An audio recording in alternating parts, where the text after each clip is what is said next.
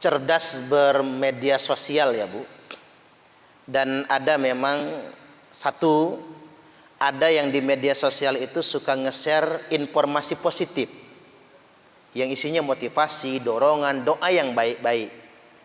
Kita bisa memilih ikut nge-share-nya juga atau sekedar mengaminkan tadi. Tidak ikut nge-share juga nggak apa-apa, karena tidak ada kewajiban untuk itu. Walaupun di sana ada perintah di situ untuk nge-share. Caranya sedemikian rupa. Itu etika bermedia sosial. Dan ada orang yang membagikan konten negatif, menakut-nakuti atau konten tertentu. Saya sarankan kita jangan ikut nge-share. Kalau bisa di bagian beranda kita hapus gitu. Kita nggak bisa narik pesan itu kan, kayaknya punya orang kan, dia nggak mungkin nariknya, kita hapus. Toh kalau kita ingatkan juga dia, tolong Pak jangan nge-share yang kayak gini, dia nggak jawab lagi nantinya, panjang urusannya kan. Ya sudah, hapus saja di kita biar kita nggak ngelihat. Jadi cukup dosa dia saja gitu, nggak jadi dosa bagi kita. Itu caranya. Misalnya tentang bab COVID misalnya, ada yang ngasih motivasi, ya kita senang kan. Ada yang nakut-nakutin gitu, ya abaikan gitu. Apalagi ini kan COVID ini kan musibah kita bersama. Jangan sampai kemudian COVID kita jadikan alat untuk ngadu domba, jangan. Corona ini musibah kita bersama. Ya pemerintah dia punya kewajiban dong menanggulanginya kan. Kalau dia nggak menyelesaikannya, dia disalahkan orang nantinya. Terus terang ada pro kontra tentang COVID ya Bu. Ada yang sukanya lockdown, ada yang sukanya nggak lockdown. Kalau saya nggak lockdown, kalau saya. Ada yang sukanya masjid ditutup. Kalau saya nggak suka ditutup, nanti nggak pengajian. Kalau nggak pengajian, saya nggak punya proyek nantinya Bu ya. Kan begitu ya. Cuman saya nggak mau isu kayak gini saya gunakan untuk nyerang pemerintah, nggak mau, karena dia punya beban. Dia bertanggung jawab soalnya kan. Apapun keputusannya disalahkan orang kan. Dia bertanggung jawab. Sudah biarkan, kita serahkan. Pemerintah dengan tugasnya. Kita sebagai rakyat ya yang baik kita ambil, ya enggak juga silakan. Kayak masalah vaksin. Kalau takut vaksin jangan dulu vaksin. Kalau berani vaksin ya vaksin. Tapi nggak usah sok pinter gitu.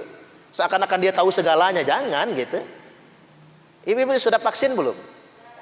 Ada yang sudah, ada yang belum. Tapi nggak usah ribut, maksud saya, biarin aja. Nah satu ya. Kemudian yang berikutnya atau konten politik. Grup WhatsApp itu ada grup keluarga Husin Family misalnya. Grup keluarga Lampung Say misalnya. Grup keluarga Ogan Batu Raja misalnya ya Bu ya. Itu kan dibuat buat silaturahim kan. Ada grup alumni SMA, alumni SMP. Itu kan silaturahim. Ada grup Masjid Al-Muhajirin. Tiba-tiba di sana saling menjelek-jelekkan. Bukan nggak boleh ngomong politik, tapi grup itu memang dibuat bukan untuk politik gitu loh. Nah kalau mau debat politik buat grup sendiri, debat politik warga Perumnas Wai Halim.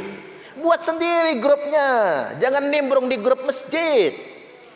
Mengapa nggak boleh Bu? Contoh, di grup masjid kita nyerang Jokowi, jelekin Jokowi. Kan ada pendukungnya juga di sana, kan tersinggung dia kan? Atau kita ngehebat-hebatin Jokowi, jelek-jelekin orang yang menjelekkannya. Ada pendukungnya di situ tersinggung. Makanya bukan nggak mau cerdas, memang nggak boleh ngomongin politik di grup WhatsApp itu. Tujuan grup WhatsApp dibikin buat apa? Kan buat silaturahim kan? Kayak grup sedekah kita tuh Gerakan Serbu. Kadang saya sebel banget Bu Haji. Ada aja yang nge-share yang hoak-hoak itu ya. Cuman kalau kita ingetin ngambek dia. Nah jangan sampai sedemikian rupa. Jadi seandainya ibu-ibu nggak kuat ya nggak apa-apa, minggir ya dari grup tersebut, keluar nggak apa-apa. Cuman buat semualah, bapak-bapak juga ibu-ibu yang suka betul diskusi politik, debat ini itu sebagainya, isu-isu mak jelas itu, buat aja grup sendiri, cari anggota sendiri, debatlah sampai kelenger di situ silahkan. Jadi sekali lagi di grup WhatsApp itu tujuannya silaturahim, biar kita dapat informasi, saling memberi motivasi satu sama lainnya. Toh juga begini Bu Haji, kan ada orang tolong disebarkan Barang siapa yang menyebarkannya dalam waktu 10 hari dia akan dapat keberuntungan misalnya.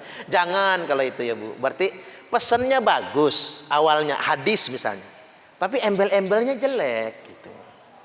Karena seakan-akan nanti kita kecewa. Saya sudah nyebarkan kok malah rugi, bukan dapat keberuntungan. Nanti Tuhan yang salah kan? Padahal itu kan perangkap merusak keyakinan kita sebetulnya. Jadi pilihannya di kita.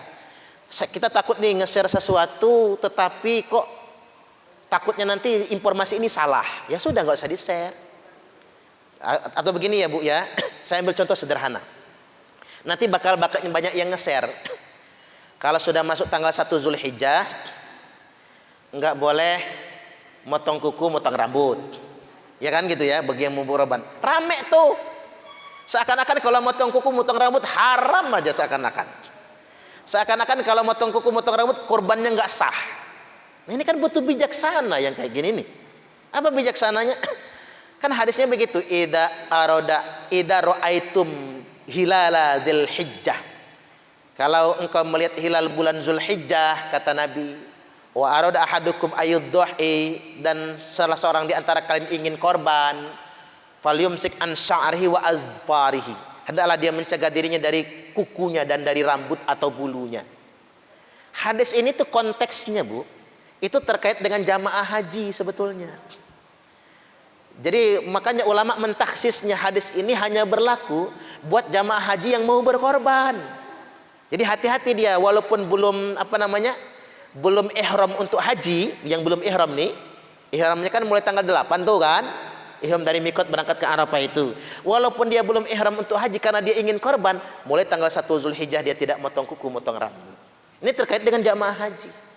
Dan adapun jamaah kaum muslimin yang tidak korban, yang tidak haji, yang ada di negara masing-masing ingin berkorban, tidak termasuk anjuran ini tadi.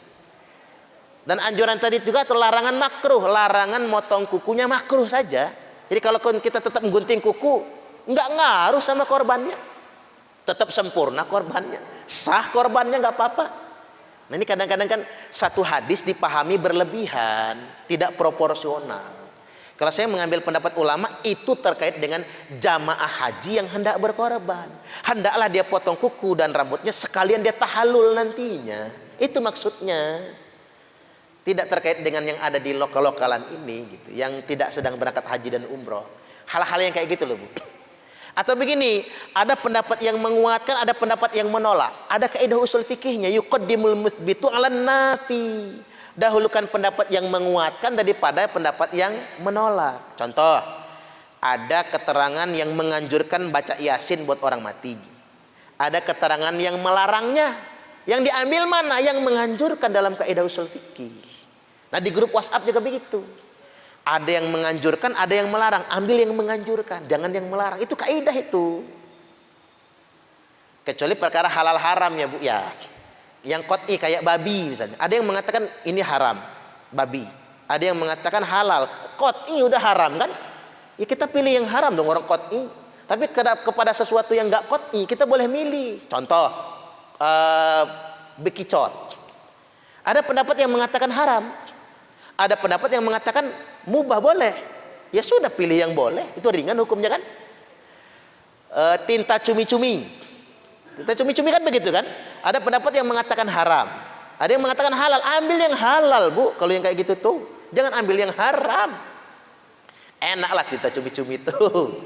Itu kan bukan kotoran sih. Terus apalagi nih contoh, biawak.